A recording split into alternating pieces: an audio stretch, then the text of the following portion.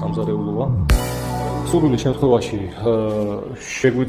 შეგიძლიათ მოხსნათ ეს კედელი და გაიტანოთ და გააფართოვოთ სამზარეულო, თუმცა საკმაოდ ყველაფერი ეტევა ესე რომ ვთქვათ, აქ მაცივარს გეგმავდით, ამ სამზარეულოს ზედაპირის ქვა აგერ აკეთებს. ამას ვაპირებდით, თქვენ რასაც მოისურვებთ, იმას გააკეთებთ. აქაც შპალერები შეგიძლიათ ააზროთ შპალერები, დაშპაკლულია.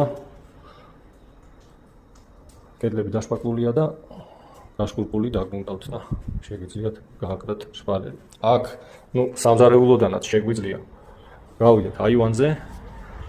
სამზარეულოს აივნიდან გვიჩანს ძირითადად წინა გვიშენესა ესეთი კორპუსი, მაგრამ ხედები მაინც ორივე მხრიდან გაქვთ. სამზარეულოში არის ესეთი ფანჯარაც, სურვილის შემთხვევაში ნებისმიერ დონეზე, ნებისმიერ ზომაზე შეგიძლიათ აწიოთ და დააყენოთ. მოკლედ ნათელი ბინა და გამჭოლიც. აქ იდგმება კარი და შევდივართ master bedroom-ში. ამ საძინებელშიც, სამალიარო სამუშაოები გასაკეთებელია ყველგან, ამ საძინებელშიც, იმიტომ რომ აქ ცხოვრობდნენ მოკლედ კატებმა სადღაც გააფუჭეს, სადღაც ბავშვებმა აახიეს და მოკლედ სამალიარო სამუშაოები გექნებათ შესასრულებელი.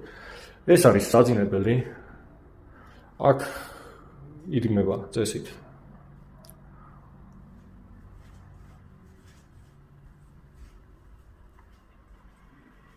აქ საწოლი, აქეთ კიდე ან დაიდგმება, ან დაიკიდება ტელევიზორი, ინტერნეტის კაბელები. მოყვანილია გაყვანილობა გზად არის, აქ არის კონდიციონერის კაბელიც მოყვანილია, ზევით კონდიციონერი დაიკიდოს და აქ არის რევერსული, იქ რო ჩართავთ, აქედან შეგიძლიათ გამოვთოთ.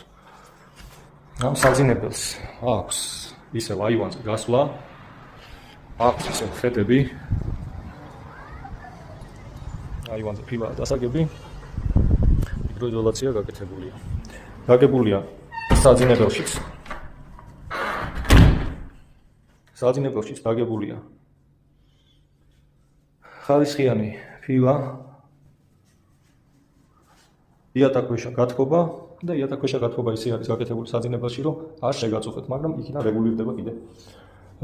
ესე იგი, საფარდეებისთვის ამოჭრილი ადგილი და შიგნით შედის საფარდეები. აქ გაკეთებულია